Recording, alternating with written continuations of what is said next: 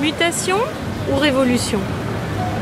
L'actualité depuis plusieurs mois ramène sur le devant de la scène la question des révolutions, les révolutions des différents pays arabes, qui ramène évidemment la question de la nôtre, la Révolution française et aussi celle de mai 68.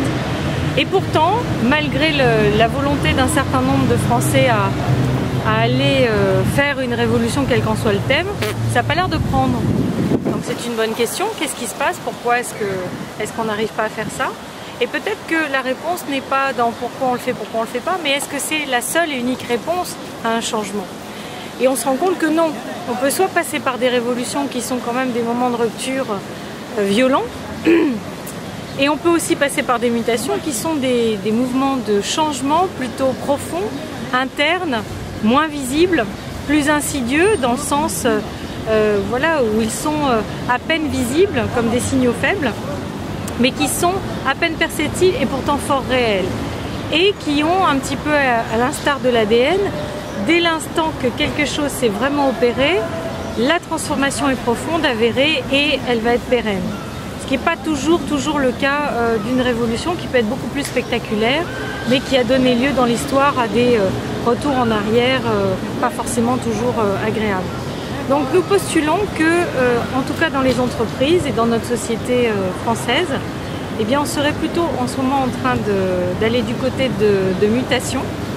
Peut-être pas encore évident pour tout le monde, mais en tout cas, qu'est-ce qui est en train de s'opérer de façon un peu subreptice, pas forcément mise en exergue par la plupart des grands médias, mais il y a une effervescence réelle des citoyens, de beaucoup de citoyens, d'associations, d'ONG, et aussi dans les entreprises, ce que certains n'arrivent pas à voir. Beaucoup de créativité, beaucoup d'innovation, beaucoup d'entreprises différentes, d'initiatives différentes pour faire quelque chose autrement que dans les formatages habituels. Alors les contraintes du marché, les contraintes de l'entreprise, les baisses de ressources, les modifications du paysage géopolitique qui font que la Chine, l'Inde, le Brésil nous font repenser aussi nos suprématies autrement. Tous ces éléments nous font en fait innover, et simplement le focus n'est pas mis là-dessus.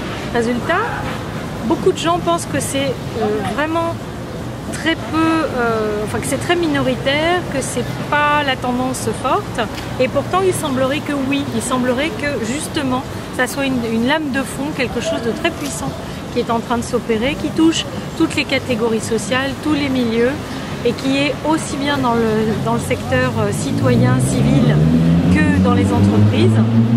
Et ce que nous voulons faire, c'est rendre compte par ces ateliers de la mutation, donner les conditions pour que tous ceux qui sont en mouvement puissent arriver à se côtoyer, partager leurs expériences, partager leurs réalisations, cheminer ensemble, avancer, et que c'est un effet d'entraînement pour tous ceux qui souhaiteraient avoir cette évolution-là, qui n'osent pas, qui ne savent pas très bien comment s'y prendre, et qui pourraient avoir de ce fait des clés sur à la fois pour quelles raisons est-ce qu'il est nécessaire de muter, et puis comment muter, et concrètement avoir des moyens concrets, une capitalisation des réflexions et des solutions, de manière à ce qu'il y ait un effet d'entraînement et de réelle transformation individuelle et collective.